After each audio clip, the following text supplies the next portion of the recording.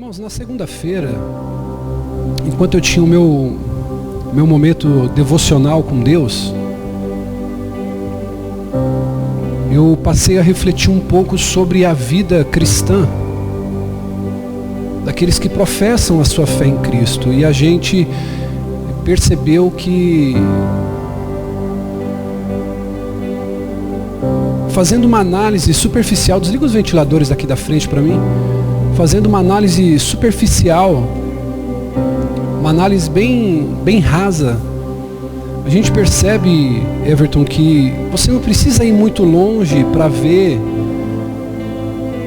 que tem pessoas que estão dentro da igreja, pessoas que dizem amar a Deus, e essas próprias pessoas, elas serem um escândalo para o Evangelho, essas próprias pessoas, elas serem uma vergonha para o Evangelho, essas pessoas que dizem amar a Deus, serem pessoas que de alguma maneira, elas mancham o cristianismo. Esse sermão de hoje, ele tem um único objetivo. Eu quero começar pelo fim, eu quero começar te encorajando. Quero começar pelo fim dele. Qual que é o fim, o final dessa reflexão que nós faremos através desse texto nessa noite? É que você se comprometa a viver uma vida cristã verdadeira. Esse é o único objetivo desse sermão. Eu estou há 3 dias buscando a Deus em oração, em jejum. E hoje eu modifiquei o jejum, que a gente tem as nossas escalas, para que a gente pudesse ser tocado pelo Senhor. A Bíblia diz que não é por força e nem por violência, mas é pelo Espírito Santo. Então não adianta eu vir aqui tentar fazer você acreditar em algo ou te convencer de algo que o Espírito Santo não te esclareça. Então nem todo mundo que afirma ser cristão realmente é cristão. Tem muitas pessoas que colocam uma máscara e pensam que estão enganando as outras pessoas. Tem pessoas que inclusive estão enganando a si mesmas. E tem alguns que estão vivendo dessa maneira, diaconisa Juliana, sem saber a diferença, filha. Pessoas que estão enganando outras e muitas vezes enganando a si mesmas. A Bíblia, ela relata pra gente, de Gênesis a Apocalipse, sobre a manifestação de falsos profetas, daqueles que falariam em nome de Deus, daqueles que trariam visões em nome de Deus, revelações em nome de Deus, profecias em nome de Deus, palavras em nome de Deus. Quem é o falso profeta? É aquele que estão enganando as pessoas, mas muitas vezes estão enganando a si mesmos também.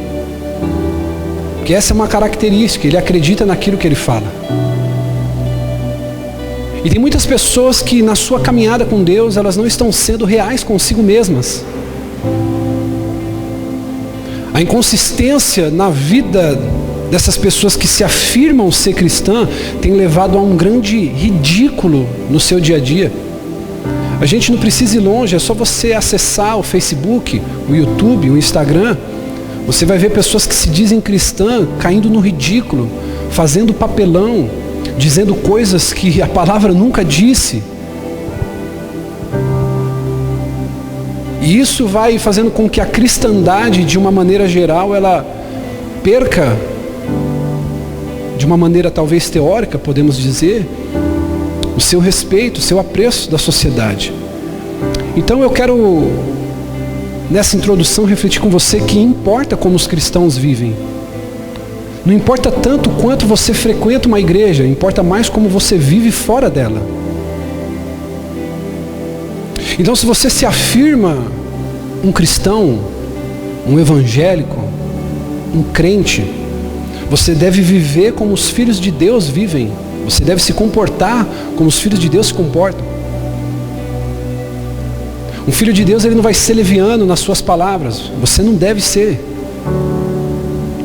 Às vezes eu fico impressionado, bispa, de algumas mulheres que se dizem cristã, colocar uma foto com um decote enorme, quase que os seios saltando para fora, e coloca um versículo bíblico.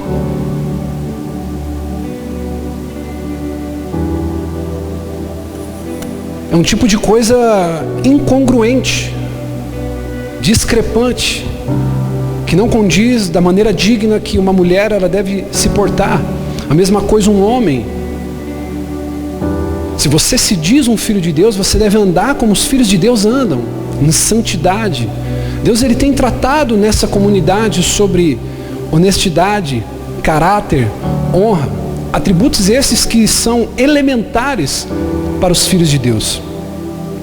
O apóstolo João, nessa primeira carta, ele vai abordar exatamente esse tipo de problema, de pessoas que faziam parte da comunidade cristã do primeiro século, e essas pessoas, com o seu modo de viver, denegriam tudo aquilo que os filhos de Deus construíam a preço de sangue. Então nós devemos tomar cuidado quando atribuímos para nós, não, eu sou da igreja A, da igreja B, eu sou filho de Deus, eu sou crente. As pessoas não vão perceber o seu cristianismo no seu trabalho pelo tamanho da Bíblia que você leva para lá, mas é pelo tanto que você obedece o que está escrito ali dentro.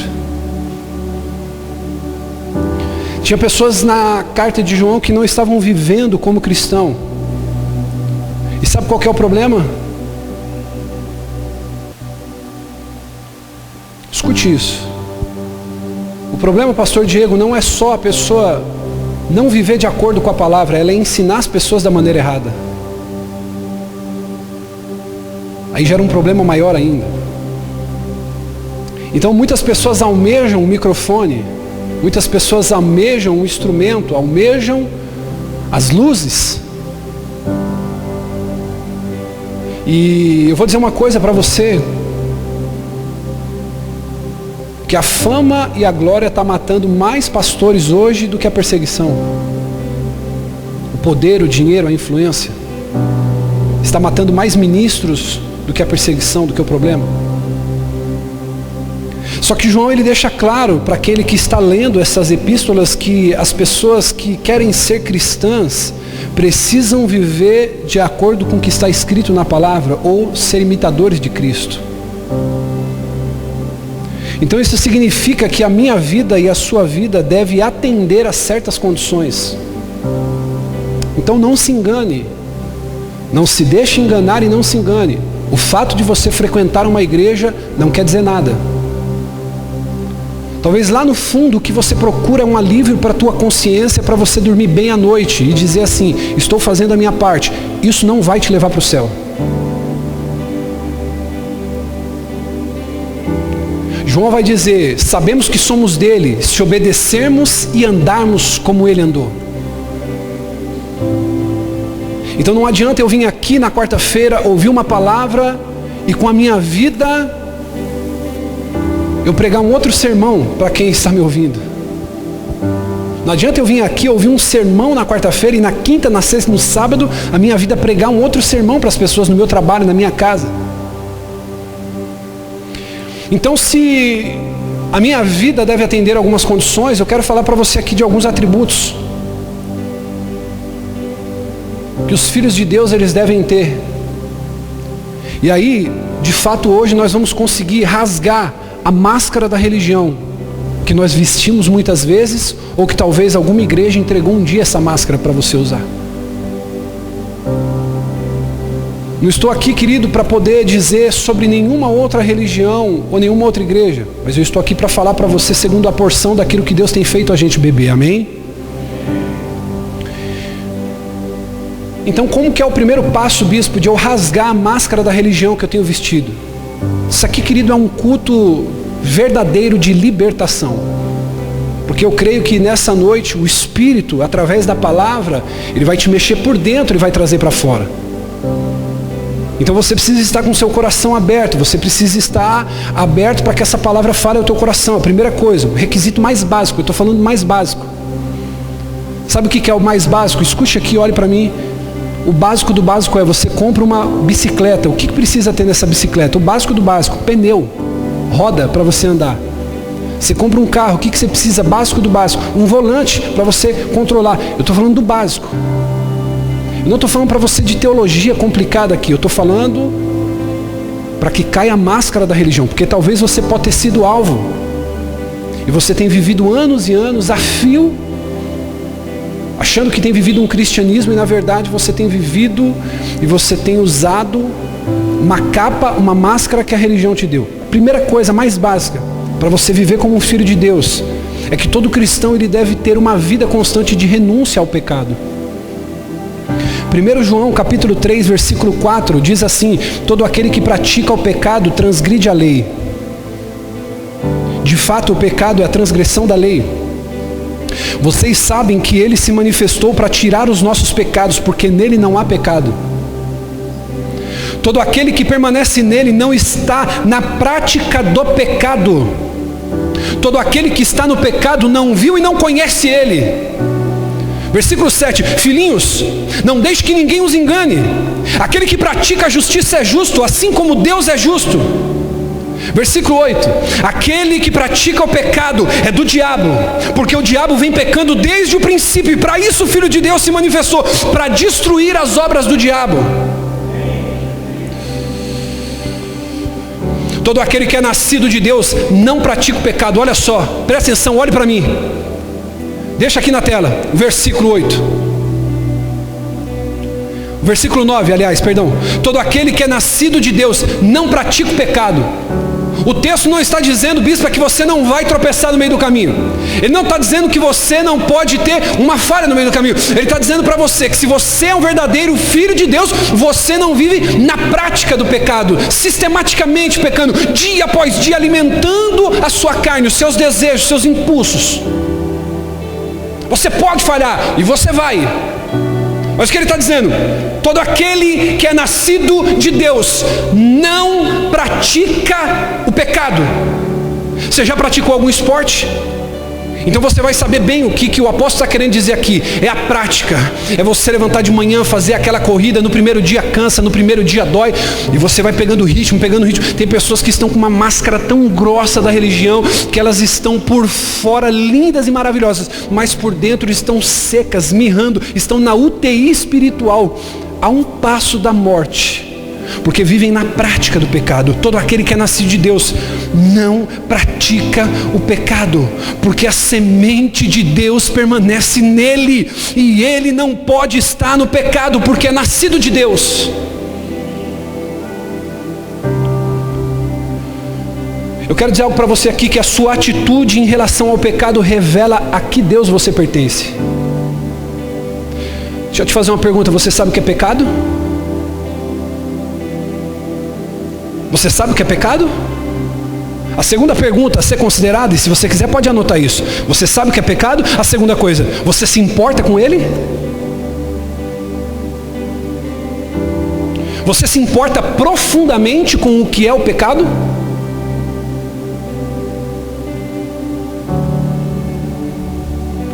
O pecado ele é repulsivo para Deus, e ele não é característico dos filhos dele. Deixa eu te fazer uma pergunta nessa noite. Você diz que é filho de Deus, mas será que você continua mentindo? Será que você é filho de Deus, mas você continua roubando?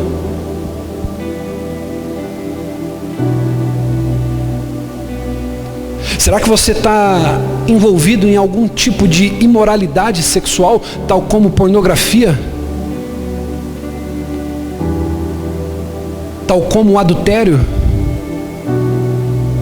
Tal como práticas sexuais ilícitas?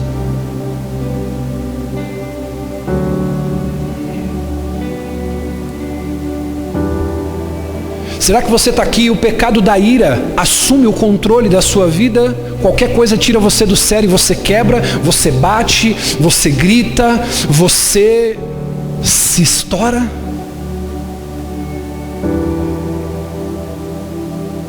Eu quero dar um conselho para você nessa noite. Pare com isso hoje.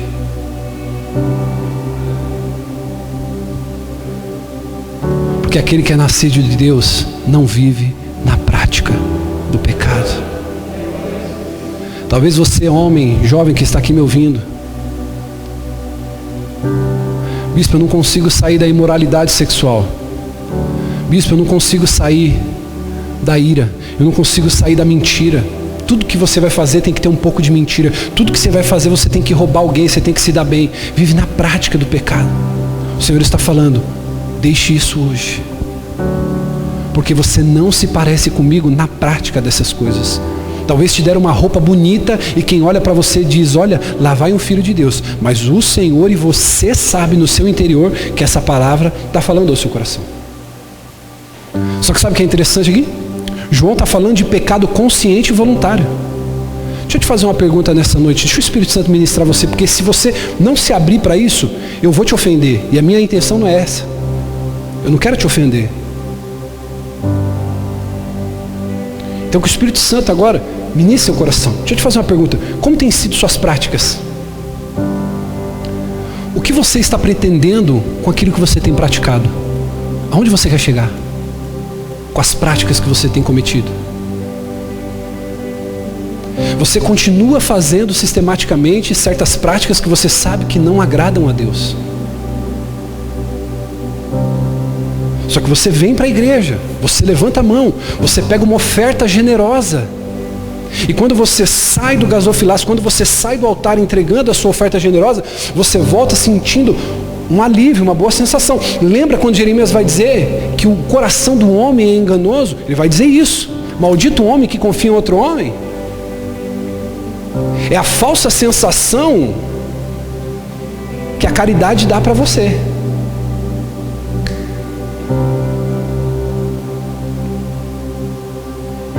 A falsa sensação de uma espiritualidade viva. Às vezes, irmão, as pessoas escorregam, sim ou não? Isso é comum. Eu não estou aqui para dizer para você, querido, que você vai ser uma pessoa incorruptível. Não, a corrupção ela faz parte do nosso DNA. Só que tem pessoas que brincam e fazem a coisa errada. Elas brincam com o pecado. Se você tem problema com a mentira, você não pode brincar com as conversas que você tem com as pessoas. Se você tem problema de imoralidade, você não pode exceder o seu tempo de uso no celular, no computador. Se você tem problema de tudo que você olha, você quer para você quer roubar, ou você quer se irar, você não deve entrar em questões. Você deve vigiar. Eu quero dar um conselho para você, na força do Espírito Santo. Quem quer receber essa palavra? Pare agora com o que você tem feito. Para. Eu descobri, nas minhas noites mais doídas, que a minha santidade com Deus, ela crescia nas minhas maiores renúncias. Enquanto o teu pecado não te levar a chorar, a derramar lágrimas, a conversão ela não vai estar brotando, nascendo em seu coração. Sabe aquele momento que você quer se irar? Sabe aquele momento, meu irmão, que você quer acelerar o carro, que você quer parar, que você quer abrir a porta, que você quer tomar satisfação? Sabe aquele momento, minha filha, que você quer discutir com o teu marido? Sabe aquele momento que a ira vem dentro de você? Sabe aquele momento que você fala, eu vou rodar a baiana? Sabe aquele momento que a vontade de falar coisas que você sabe que não é verdade vem dentro de você? Você tem que fazer isso, ser mortificado dentro de você. Enquanto isso não te levar a chorar de uma angústia profunda, você não está nascendo de novo. Enquanto esse pecado não te levar a orar mais, a chorar mais, a se arrepender mais, ele está te vencendo.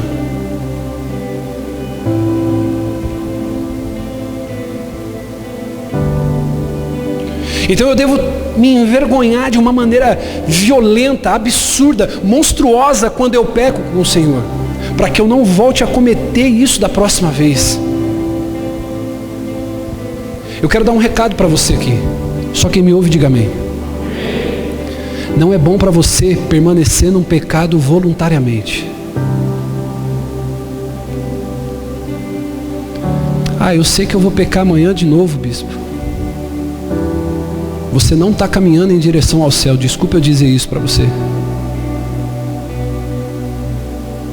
Não, bispo, eu já... Posso falar isso aqui? Esse é meu jeito, bispo.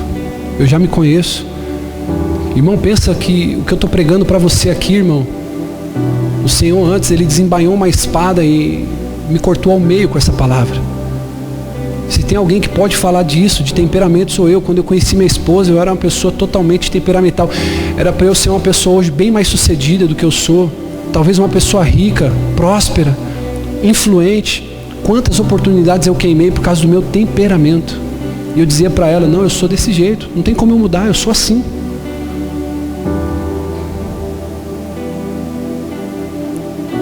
Então você deve tomar uma decisão hoje. Vamos falar de cristianismo aqui, sim ou não? Você veio aqui para falar disso, sim ou não? Vamos falar de cristianismo? Deixa eu te fazer uma pergunta. Qual é a sua determinação em relação ao pecado? Você tem combatido o pecado? Qual tem sido sua determinação? Bispo, eu preciso tanto emagrecer, aí você fica sem comer 8 horas. Mas por causa da crise que você enfrenta em casa, você não tira um café da manhã. Aí tem gente que quer jejuar, que quer orar, que quer buscar a Deus para se santificar. E aí, queridos, o Senhor ele foi me batendo, ele foi me espancando, eu fui me lançando a Ele, e eu fui me diminuindo diante dele. E aí você vai entender agora, é muito difícil eu fazer aqui citações de jejum nosso. É muito raro. Quem é dessa igreja sabe que é muito raro falar sobre jejum.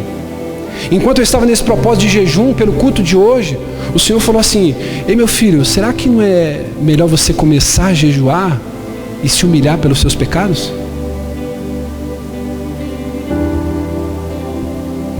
Eu quero jejuar para Deus liberar a chave da minha casa. Eu quero jejuar porque quando eu pegar o microfone para cantar, a glória de Deus vai descer. Eu quero jejuar porque eu estou num propósito de A, B, C, D. Agora o Senhor está falando assim, qual é a sua determinação em relação ao pecado?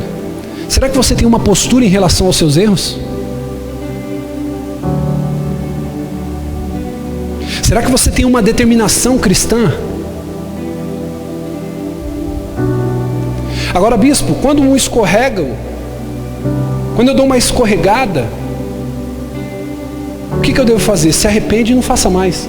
Agora, o que dizer de cristãos que continuam a pecar? Ele peca hoje, ele peca amanhã, ele peca depois de amanhã e ele peca depois.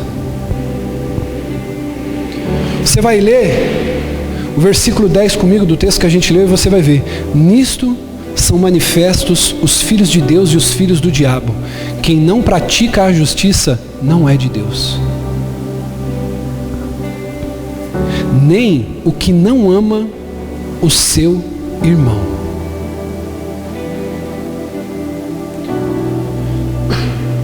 De quem você é filho depende da sua atitude em relação ao pecado. Deixa eu te fazer uma pergunta aqui. Ô bispo, eu quero saber se eu sou filho de Deus ou se eu sou filho do diabo. Irmão, deixa o Espírito Santo ministrar o seu coração, amém? Porque se eu não te alertar sobre isso, essa palavra ela pode te ferir, te machucar. E essa não é a minha intenção, eu quero reafirmar isso. Como você se posiciona em relação ao pecado vai dizer de quem você é filho, de Deus ou do diabo. Deixa eu te fazer uma pergunta. Qual foi a última vez que você chorou pelos seus pecados? Qual foi a última vez que você, em joelhos, falou assim, Deus, eu ando sem paciência com meu marido. Deus, eu ando sem paciência com meu filho. Deus, eu ando sem paciência na minha empresa. Deus, eu menti, não era para eu ter mentido. Deus, eu sabia que eu não ia chegar às 10 horas. Eu sabia que eu ia chegar às 10h30, mas mesmo assim eu marquei às 10 horas. Eu não posso deixar que isso cresça dentro de mim. Eu estou pecando, eu estou mentindo, eu estou adulterando a tua palavra.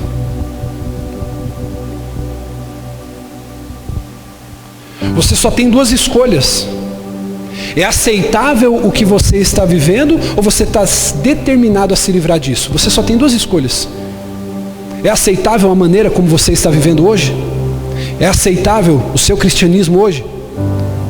Da maneira que você está vivendo, é aceitável ou você está determinado a mudar isso?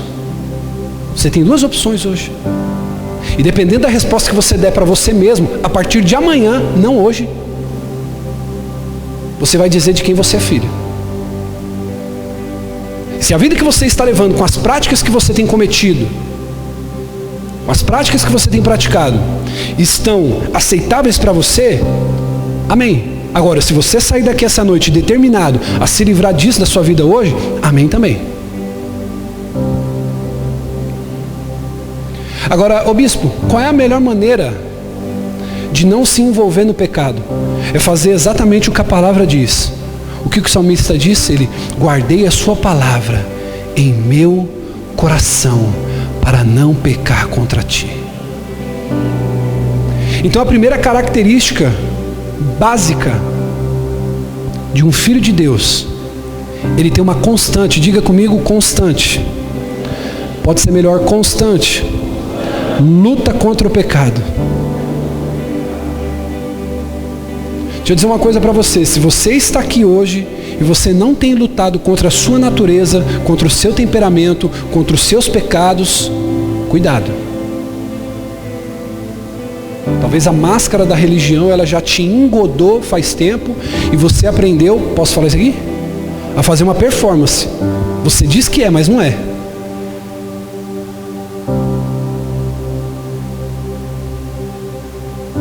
E no fundo a gente sabe o ser e o parecer. O apóstolo Paulo vai continuar dizendo que se a gente é realmente filho de Deus, nós seremos obedientes a Deus. Primeira coisa, filho de Deus não continua na prática do pecado. E a segunda, ele é obediente a Deus. 1 João, capítulo 3, versículo 24.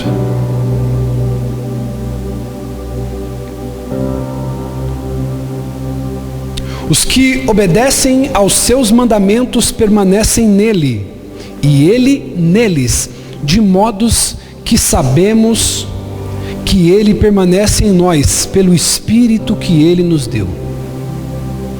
Agora eu quero te fazer uma pergunta: como você permanece nele? Ô bispo, como que eu permaneço em Deus? Se você consegue vencer a tua carne na primeira etapa de lutar contra o pecado, você entra nessa segunda fase, que é de permanecer nele.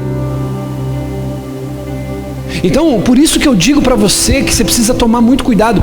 O bispo, o senhor quer colocar a gente dentro de um presídio espiritual, que eu não possa me relacionar com outras igrejas, que eu não possa visitar outras igrejas, que eu não possa assistir pregadores no YouTube. Não é isso. Eu só estou dizendo para você que talvez 70% do que você tem ouvido aí fora não tem te levado para um verdadeiro caminho de um cristianismo saudável e maduro. E isso é sério. Você permanece nele? Quero te fazer uma pergunta. Você permanece nele? Não responda, não precisa responder. Responda isso dentro de você agora. Você tem permanecido nele? Então a pergunta que eu quero te fazer: você faz o que ele faria?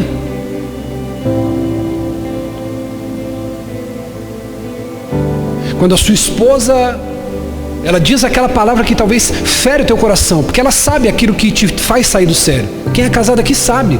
Você sabe como tirar a tua esposa do sério, porque você sabe quais são os pontos de fragilidade dela. E quando isso acontece, você faz o que ele faria, você permanece nele. Você obedece o que ele diz na palavra? E olha aqui para mim, redobre sua atenção. Quando eu falo obedecer o que ele diz na palavra dele, eu não estou falando para você dos 10 mandamentos ou algumas leis específicas na Bíblia, mas eu estou dizendo para você todas as instruções que foram dadas no Novo Testamento, tudo. Olha o que diz João capítulo 14, versículo 15: se me amardes, guardareis os meus mandamentos. Aquele que ama a Deus permanece nele. Aquele que ama a Deus guarda os seus mandamentos. Aquele que ama a Deus não vive na prática do pecado. Aquele que ama a Deus guarda a sua palavra. Deixa eu te fazer uma pergunta essa noite. Você diz que ama a Deus? Você é um cristão? Qual foi a última vez que você, com desejo, abriu a tua Bíblia para ler a palavra?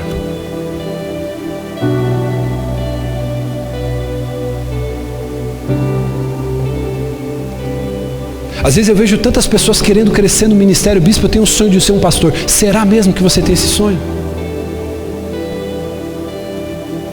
Eu costumo dizer isso para os nossos líderes. Ah, bispo, eu estou fraco, eu estou desanimado. Posso dizer uma coisa para você? Sem medo de errar: vida fraca, pífia com Deus. Você só se alimenta da palavra quando você vem para o culto? Cuidado. Você só sente um ambiente espiritual quando você está dentro de um santuário? Cuidado. Porque a Bíblia diz que aquele que ama Ele, permanece nele. E se você permanece nele, lavando a roupa no tanque da tua casa, a glória dele está. Lavando a louça, a glória dele está. Adorando a Deus na empresa, a glória dele está. Se você estiver com ele, ele permanece em você e você permanece nele. Permanecer. A fé é obediente àquele em quem se deposita a fé. Fé não é apenas acreditar em Deus, mas especialmente crer e confiar em Deus. E isso significa fazer o que Ele diz. Olha aqui para mim. Então fé não é só você crer. Fé é você crer e confiar no que Ele diz, não no que você espera. Posso falar isso aqui? Eu espero que Deus me dê uma casa, mas Ele não disse que ia me dar uma casa. Então eu estou tendo uma fé estúpida. Eu estou dando um exemplo aqui, amém? Você está conseguindo entender isso, sim ou não? Estou dando um exemplo. Então fé, tá, mas eu vou crer no quê? Em quê? Como? De que maneira? É crer e confiar no que Ele diz. Quantas pessoas que nós temos que atender sistematicamente porque saíram frustradas de outra igreja, ou porque muitas vezes congregam aqui, foram para outras igrejas, recebeu palavra, profecia, profetada.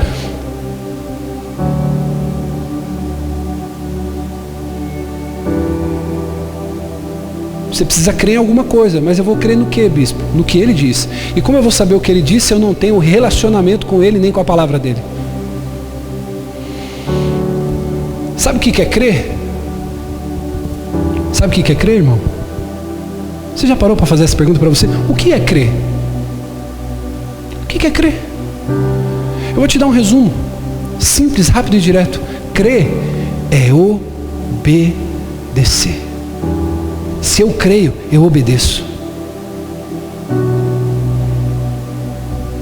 Às vezes eu peço para minha filha fazer algumas coisas e eu fico pensando, ela nem questiona, porque ela crê em mim, ela acredita. E se ela acredita em mim, Gilei, pode dar uma ferramenta mais mortal na mão de uns filhos seus. Pode pensar aí. E você fala para ele, filho, faça isso. Ele não vai perguntar se é perigoso, ele vai fazer, por quê? Porque o pai falou. Ei, psiu. Você já viu quando teu filho está doente? Você dá um dipirona para ele? Porque uma pessoa em sã consciência só se tiver muito mal para tomar um dipirona, irmão. O negócio é ruim demais, aqueles que vêm de posto, né? Hoje tem aquele de sabor de cereja, que é uma benção. Às vezes eu até tomo um pouquinho da Lolô para não, quando não tem aquele comprimido. Mas aquele que vem do poço lá, irmão, é você tomar 3 gotas assim, você ressuscita dos mortos. A criança, ela toma. E ela não pergunta, ela tem medo, ela tem receio, porque ela sabe, minha filha chama esse dipirona de baba de sapo. Ela fala, pai, é aquele remédio de baba de sapo. Eu falo, é, filha, mas você vai ficar boa. Nem pergunta.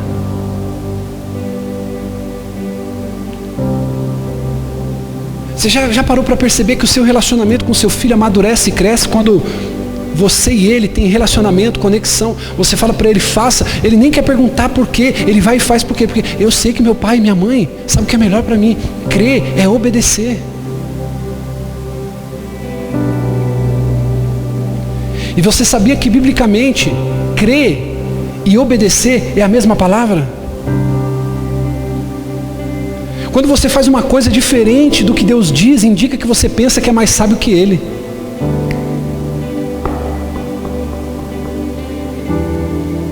Eu vou falar aqui, posso? É igual você, jovenzinho, que está se arrebentando emocionalmente. Essa igreja é uma igreja que incentiva o namoro. Nós acreditamos que o namoro é uma bênção, debaixo de instrução. Aí Deus está dando indícios, está mostrando para você que não vai dar certo. Por quê, bispo? Porque você, bonitinha, cuticute da estrela, você é caseira, minha filha. Você gosta de culto. Você desanima uma vez ou outra de vir para a igreja, mas você não é uma desviada. Você não é uma requenguela do diabo. Desânimo faz parte da vida de todo mundo. Só que aí o cara é bonitão, ele usa aquele Adidas top de linha, ele usa aquele estilo descolado e... Pá, bispo, que coisa linda! Bispo, quando eu vi até falei em línguas. Mas Deus está mostrando para você que aquilo é uma fachada. Que ele é bonito, mas ele levanta meio-dia. Que aquele tênis dele de R$1.000 maravilhoso, a mãe dele teve que parcelar em 10 vezes no cartão. E aí se a mãe dele atrasar uma parcela, o pau fecha dentro de casa que ele grita com ela, fala um monte para ela. Aí você quer insistir numa coisa que Deus está falando que não. Ou seja, você está querendo dizer, Deus, fica tranquilinho aí, porque eu sei o que eu estou fazendo. Então quando você faz algo de maneira diferente, a instrução ela está vindo aqui do altar. Os meninos no domingo me chamaram depois do culto e falaram, bispo, se o senhor for pregar outra vez desse jeito, você tem que mandar os versículos para a gente antes. Porque foi muito conteúdo bíblico no domingo. Eu falei, poxa, arrebentei com vocês. Ele arrebentou, bispo, da próxima vez passa antes. Então aqui é uma igreja bíblica.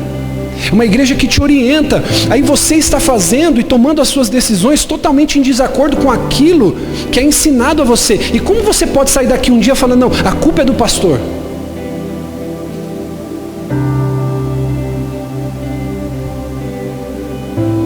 Então você está pensando que você é mais sábio que o Senhor. Você está pensando que você é mais inteligente. Você está pensando que você tem mais opções do que Deus.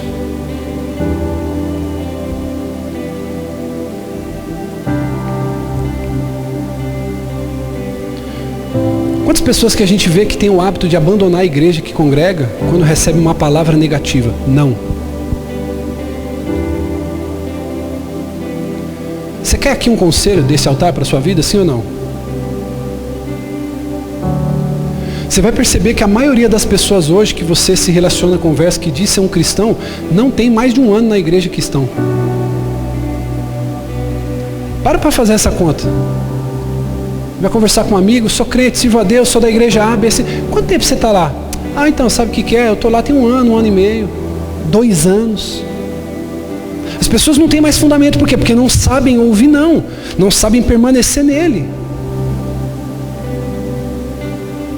Olha o que diz, Efésios 5,3, mas a prostituição, toda sorte de impureza, cobiça, nem sequer nomeia entre vós, como convém aos santos.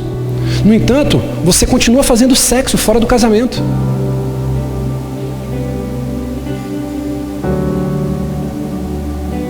No entanto, você continua assistindo séries pecaminosas.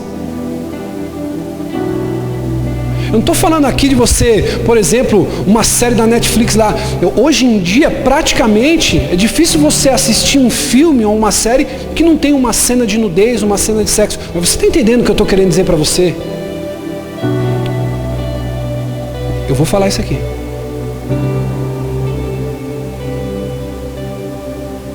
Ô bispo, eu sirvo a Deus, mas suspiro assistindo 50 tons de cinza.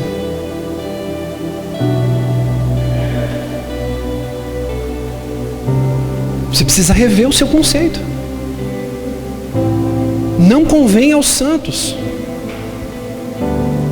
Aí os homens agora que deram risada das irmãs, e você, bonitão, que fica rindo de piada de WhatsApp. E você, meu lindo, que está naquele grupo de WhatsApp do futebol há tanto tempo, e você diz, não, bispo, é para socializar, e o pecado só te devorando pelas beiras, imoralidade, vídeo, piada suja, e você ainda faz parte.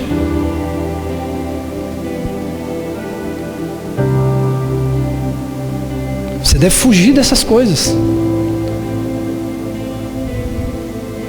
Efésios 4:26 diz, irai-vos, mas não pequeis. Mas você continua tendo explosões de pecado. Você pede desculpa para as pessoas. E você é até desculpado, mas você mesmo não se arrepende daquilo que você fez. Você continua tendo explosões. Eu quero te fazer uma pergunta aqui, ó. Quais são os pecados que você tem encontrado desculpa para continuar praticando eles?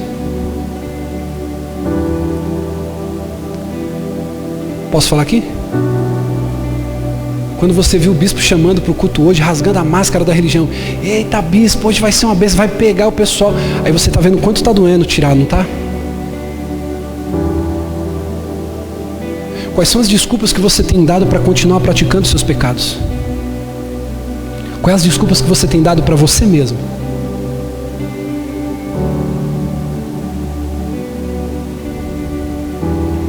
Como que você pode vir no culto se dizer dele, sendo que você continua fazendo as coisas que você faz de maneira voluntária?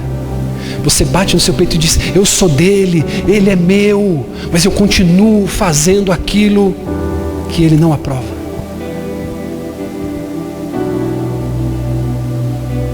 E para a gente poder encerrar, eu preciso rasgar a máscara da religião. Primeiro, fugindo do pecado. Eu não posso viver na prática do pecado.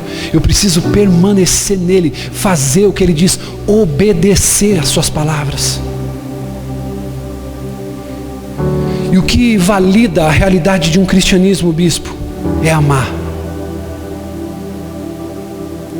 João capítulo 4, versículo 7. Quero ler com você.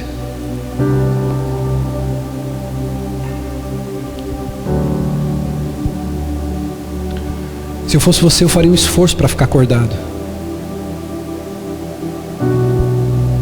Amados, amemo-nos uns aos outros, pois o amor procede de Deus. Aquele que ama é nascido de Deus e conhece Deus. 1 João, estou falando da carta de 1 João, tá bom, filho? 1 João 4,7. Estou vendo que eu estou falando uma coisa aqui, a expressão do pessoal está diferente. Quem está na mesa aí com você, filho? Ah, tá explicado, é o Wesley. Sem óculos ainda, irmão. 1 João 4,7. Amados, amemo-nos uns aos outros, pois o amor procede. Aquele que ama é nascido de Deus e conhece Deus. Olha o versículo 8. Quem não ama, não conhece Deus, porque Deus... Foi assim que Deus manifestou o seu amor entre nós, enviou seu Filho unigênito ao mundo para que pudéssemos viver por meio dele. Jesus não veio condenar o mundo, ele veio para que eu e você vivêssemos por meio dele. Quem vai condenar o mundo? Deus. Jesus não veio condenar, ele é o sacrifício. Versículo 10. Nisto consiste o amor, não em que nós tenhamos amado a Deus, mas em que Ele nos amou e enviou seu Filho como propiciação pelos nossos pecados. Diga aleluia. Verso 11. Amados, visto que Deus assim nos amou, nós também devemos amar uns aos outros. E o que tem de gente dentro das igrejas levantando as mãos para adorar ao Senhor com um coração amargurado, ressentido, cheio de ódio contra o próximo. Versículo 12. Ninguém jamais viu a Deus. Tem alguém aqui que já viu a Deus, bispo? Eu já vi Deus. Tem alguém aqui? Não. Se nos amarmos uns aos outros, Deus permanece em nós e o seu amor está aperfeiçoado em nós. Eu quero dizer para você, querido, que o amor é o que o cristianismo se resume. É o amor. Diga comigo, Deus é amor. Se nós pertencemos a Ele, somos seus filhos, somos realmente da sua natureza, nós devemos amar.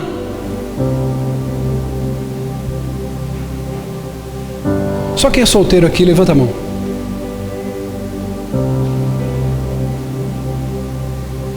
Vem aqui, Esquilho. Rapidinho, corre aqui. Escute isso. Tá solteiro, né, filho? Tá solteiro? Deixa eu te fazer uma pergunta. Quer se casar? Quero. Quer viver bem, não quer? Sim. Homem íntegro, dizimista, fiel, trabalhador. Mas eu quero te fazer uma pergunta. Você se casaria com uma mulher que você sabe que todo dia trairia você na cama com outro?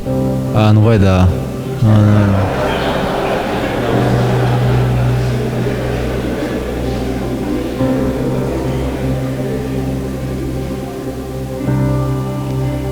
Você não casaria?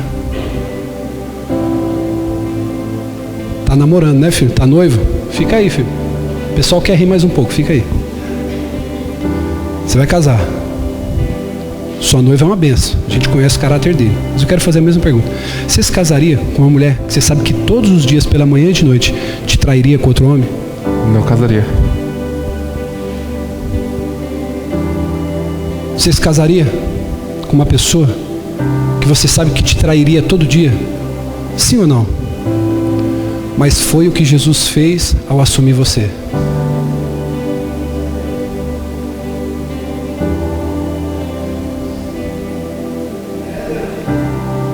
Ao contrário dele, ele diz assim: vai me trair todos os dias?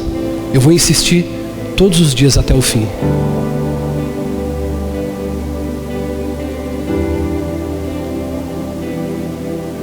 O Espírito Santo está aqui, querido, trabalhando em cada coração. Pode descer, filho, obrigado. Escute isso. O Senhor se ofereceu como sacrifício por você e por mim, sabendo que todos os dias nós iríamos traí-lo.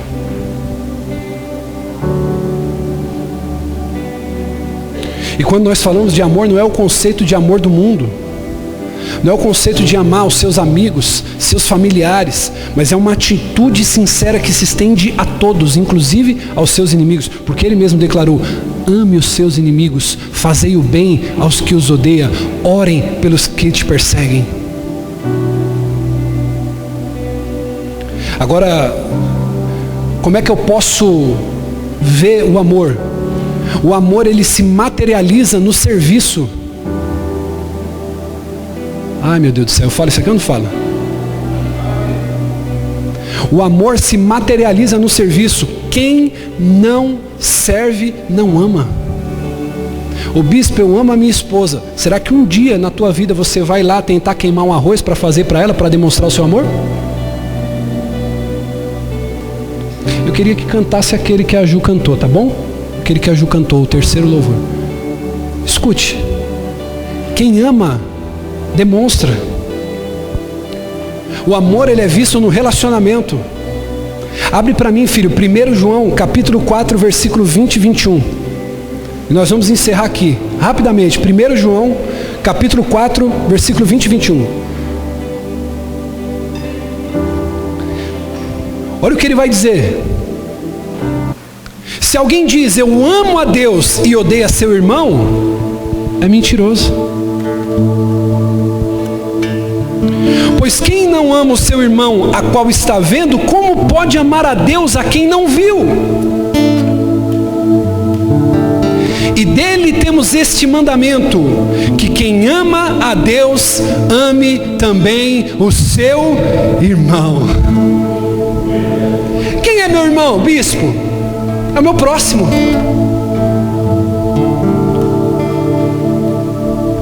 Quem é o meu irmão, bispo? É aquele que ia aparecer na minha frente hoje.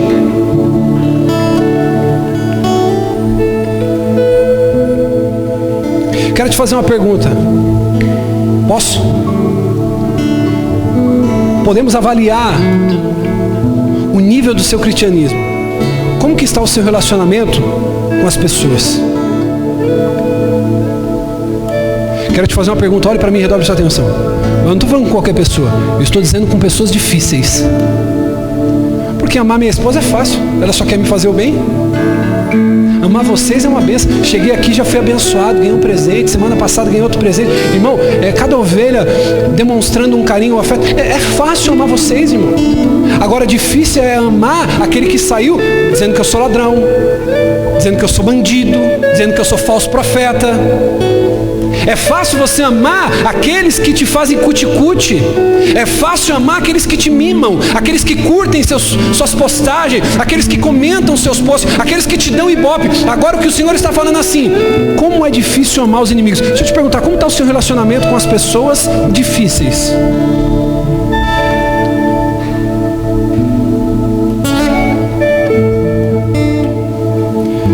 Fazer uma pergunta, como que está o seu relacionamento com as pessoas que pensam diferente de você? Como que está o relacionamento naquela casa lá que você sabe que tem um católico, que tem um umbandista, que tem o espírita, que tem o Hare Krishna, que tem o Seishonoye, que tem o Testemunha de Jeová? Como que está o seu relacionamento? Será que as pessoas veem o amor de Deus materializado em você? Como que está o seu relacionamento com as pessoas que pensam de maneira diferente que a sua?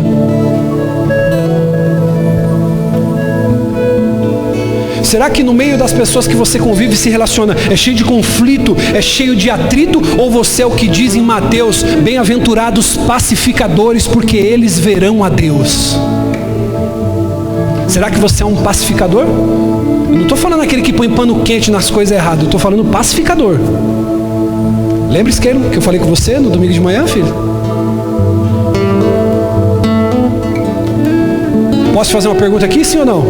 Será que as pessoas que você convive se sentem seguras e valorizadas do seu lado? Você passa segurança e valor para as pessoas? Será que essas pessoas se sentem bem do seu lado, mesmo quando elas discordam de você? Mesmo quando elas pensam algo diferente de você? Ou elas temem que você vai se irar e vai se vingar delas porque você pensa diferente?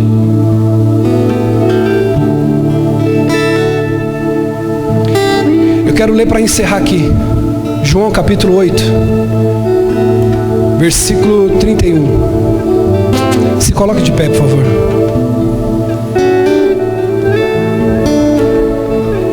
Eu sinto uma atmosfera aqui, irmão. O céu está baixinho aqui hoje. Tinha alguns judeus que estavam discutindo com Jesus. Eles estavam numa guerra tremenda, uma guerra travada com Jesus. E Jesus diz basicamente para eles o seguinte: vocês podem dizer quem é o seu pai, porque vocês se parecem e agem com o pai de vocês. Ou seja, no meio da discussão, no meio da treta, no meio da briga, Jesus está dizendo para eles o seguinte: é fácil eu dizer quem é o pai de vocês, porque o filho imita o que vê o pai fazendo.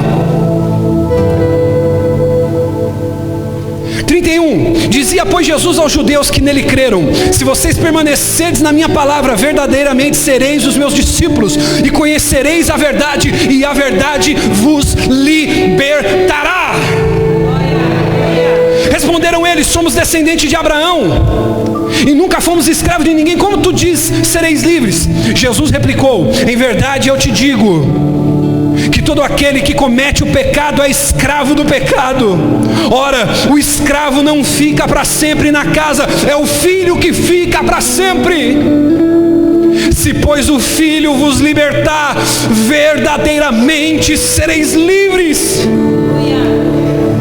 Bem sei que são descendência de Abraão, contudo vocês procuram me matar, porque a minha palavra não encontra lugar em vós. Eu falo do que vi junto do meu pai, e vós fazeis o que também ouviste do vosso pai. E eles dizem no 39, responderam-lhe: nosso pai é Abraão.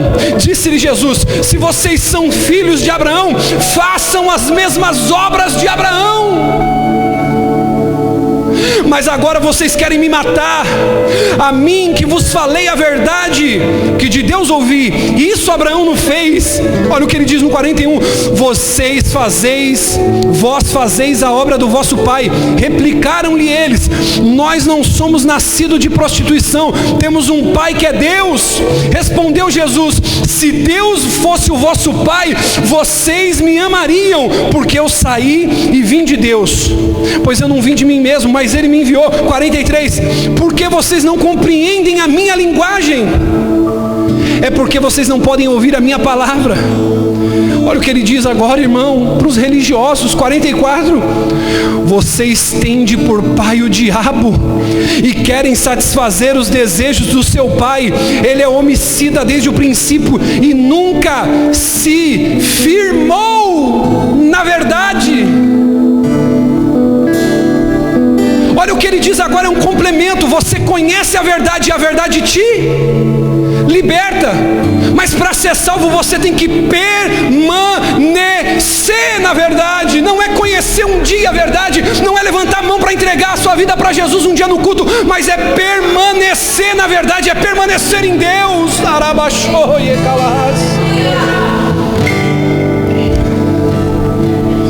Mas porque eu digo a verdade, vocês não credes. Quem dentre vós me convence de pecado?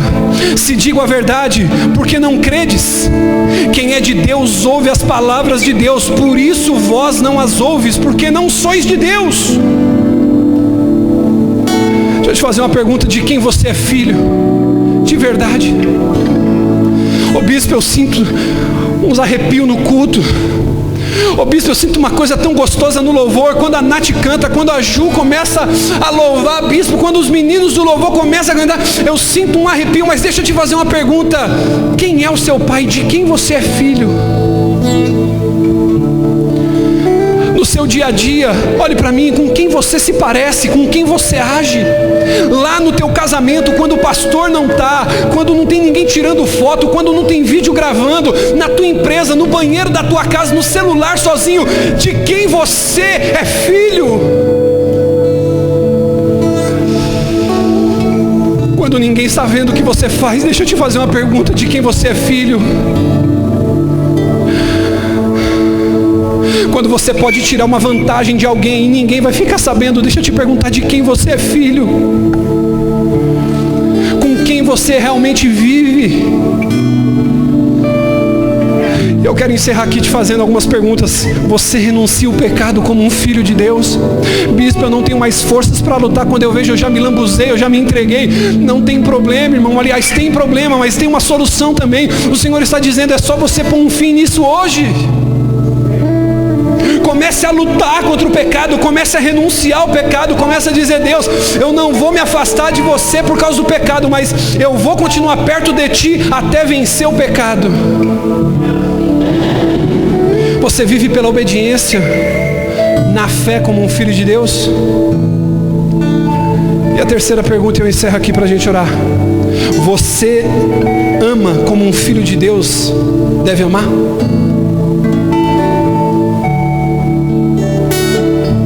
Feche os teus olhos. Enquanto você fecha os seus olhos, eu quero te fazer uma pergunta.